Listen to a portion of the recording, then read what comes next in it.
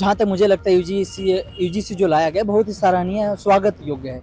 क्योंकि आप जब जेएनयू में आते हैं तो आपको जेएनयू में आने के साथ ही नाम के साथ फुल नाम पूछा जाता है। फुल नाम के बाद सरनेम पूछा जाता है और सरनेम से ज़्यादा जाति से जाना जाता है।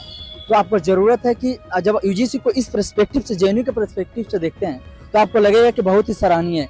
लेकिन वहीं जो इसका विरोध कर रहे हैं, जो हमारे जनरल भाई लोग हैं, जो स्वर्ण समाज से ताल्लुक़ रखते हैं, उनका भी जायज़ है, क्योंकि यही जेएनयू है जहाँ हर कैंपस के दीवारों पे लिखा था, ब्राह्मण देश छोड़ो, तिलक तराजू और तलवार मारो, इनको जूते चार, इस तरह के नारे जो बार-बार जेएनयू से निकलती है। तो उनका भी जो द्वेष है, जो उनका जो समस्या है, वो भी जायज़ है, उनकी बातों को सुनना चाहिए। क्योंकि जो यूजीसी में पहले जो इसका दुरुपयोग की बात थी, दुरुपयोग पे जुर्माना का जो बात था, जो उसको हटा दिया गया। तो कहीं न कहीं उनके साथ ये रिवर्स डिस्क्रिमिनेशन का काम करेगा।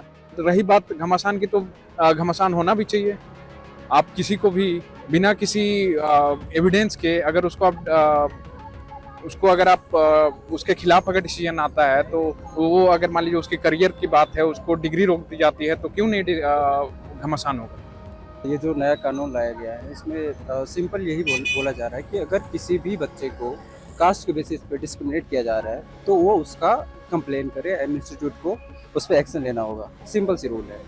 अब इसमें जो भी अपर कास्ट वाले, जनरल कैटेगरी वाले लोग हैं, वो इसका विरोध इसलिए कर रहे हैं क्योंकि उनको डर है कि उन पे ये सब चीज़ें लागू हो जाएगी, है ना, क्योंकि वो उनको फंसाया जाएगा। लेकिन अगर आपके मन में कोई ऐसा है ही नहीं कि आप गलत नहीं कर रहे हैं या नहीं करेंगे, तो इसके लिए तो आपको चिंतित नहीं होना चाहिए। सिंपल सी बात है।